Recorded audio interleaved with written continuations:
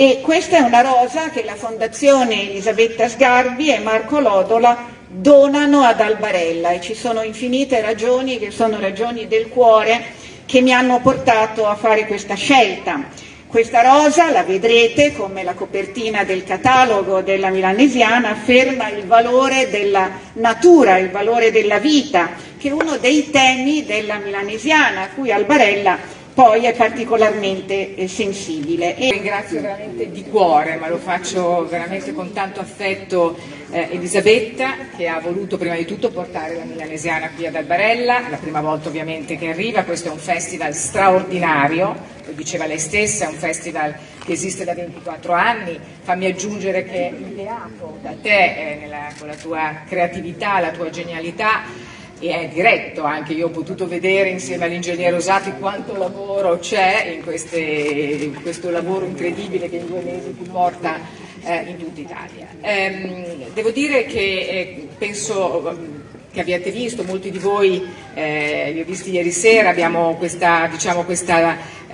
momento è molto bello, ha 2 momenti in particolare. Ieri sera credo molti di voi abbiano avuto il piacere di ascoltare prima di tutto Elisabetta, ma Federica Pellegrini intervistata da Elena Stancanelli. Penso di poter dire, l'abbiamo detto con l'ingegnere Rosati, forse è stata una delle serate più belle di Albarella, perché abbiamo sentito una straordinaria scrittrice, una delle più interessanti, intervistare, ma più che intervistare, parlare col cuore con una